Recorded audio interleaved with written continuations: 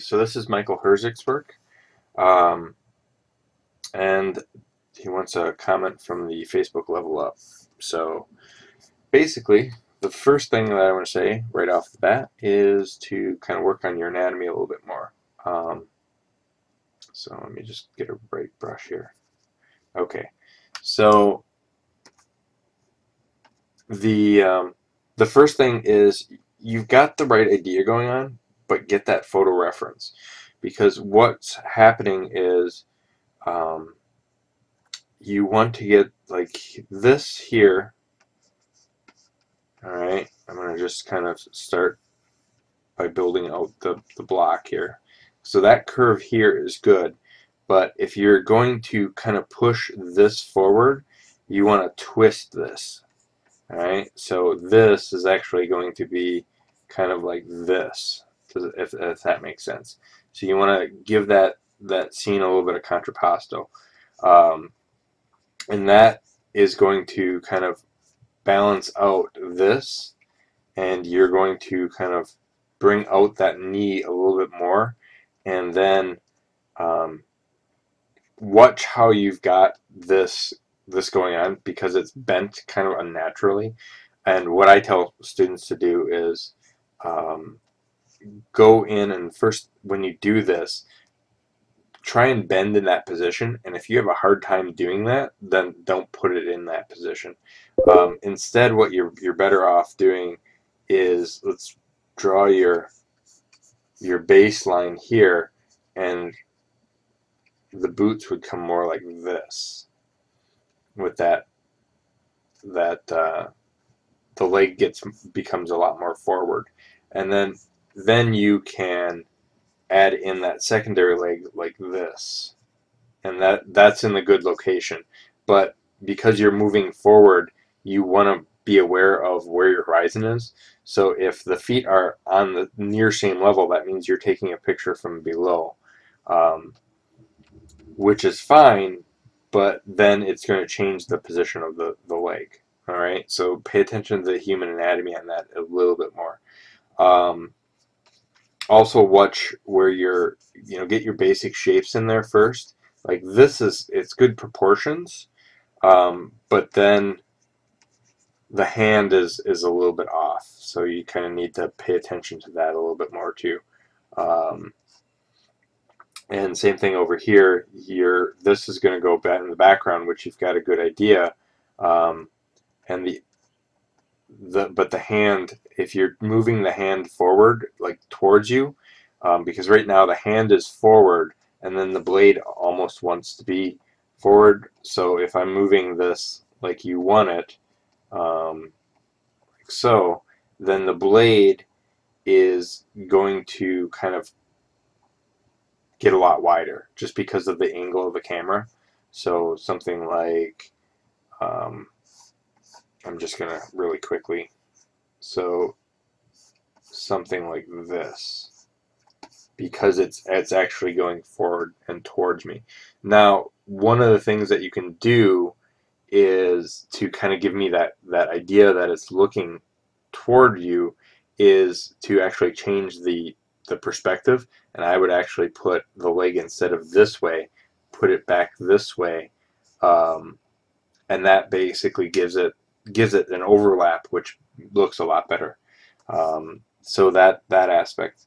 Also, kind of watch out here, because your neck comes up, but because you've got this is flat plane, this is where your ground horizon is, and you're looking down at the character, I won't see as much as the top of the head. You'll actually cut out a lot of that. So that is something that needs to be adjusted. The next thing you want to do is, like, you've got good color choices and stuff, but if you're doing this, you want to keep your colors, you keep your lighting situation kind of similar.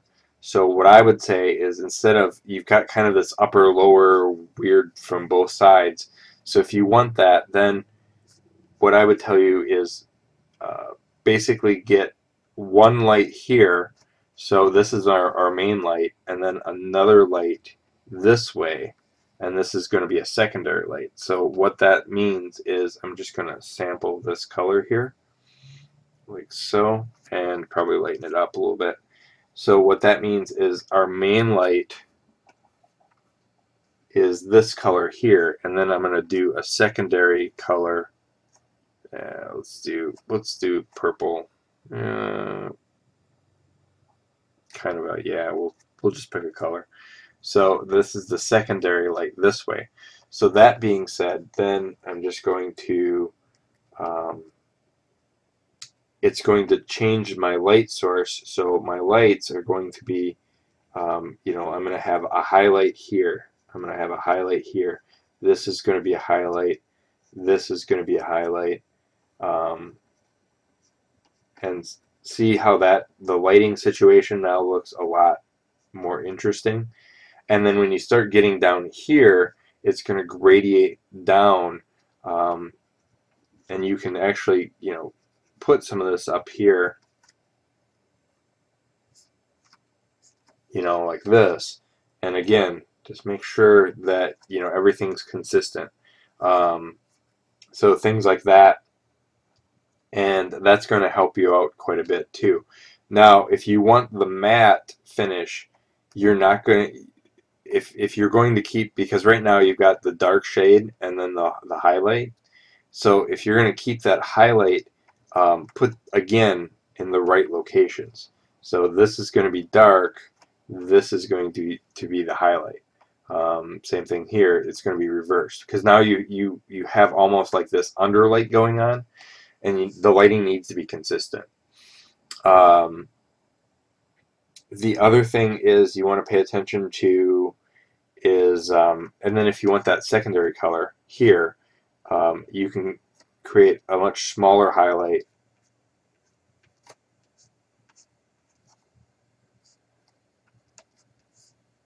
and give it kind of that rim light, right? And that'll pop out things a little bit. So also watch, you also have the same value. You have that light, which if you look, that's a mid-tone, and then you have the dark, which is 50% dark. Same thing. You go dark and then you go light, but you have no reason why. Whereas if you put this light here, now it becomes a rim light and it looks a lot better. So learn how to create your shading a little bit more. Like you've got a good shading here going on, but it's not in the right locations. So get that shading. And even like a wooden doll or the mannequins, things like that, even a Barbie doll or a you know, old posable character, it'll just by lighting it, it'll give you all the information that you need. The other thing is if you want to show like here you've got highlights, you want to give your matte tones, like so if this is a darker light, you want to stay dark, keep it dark, and add the rim light here. And that's a matte tone. It's not going to be as the material is not going to give it as much, whereas if you've got shiny metal, you're going to see much brighter highlights. You're going to see closer to the actual light. So pay attention to what you actually want matte and what you actually want dark, or specular, because it's going to really push that aspect on your materials. And then on the hair, don't think of the hair as, again, you've got the hair as waves, which is fine, but again, think of it as a volume. Like you started out really well up in this area here, but then the problem you have is this is going to get dark here, like so, and it's going to be darkened up here, and then you're going to have your highlights up here, and I should probably have played with the saturation on this, but then you'll have your highlights up here, and that's going to give you a better volume than what you've got previously. And then don't put it all in strand, you know, don't feel like you can't put some strands in there to kind of give it that flowy look. So those are things that I would tell you right off the bat to work on. Get your anatomy in there, work on your foreground and foreshortening, and then get better lighting in there. And I think that's the things that you really want to work on. All right.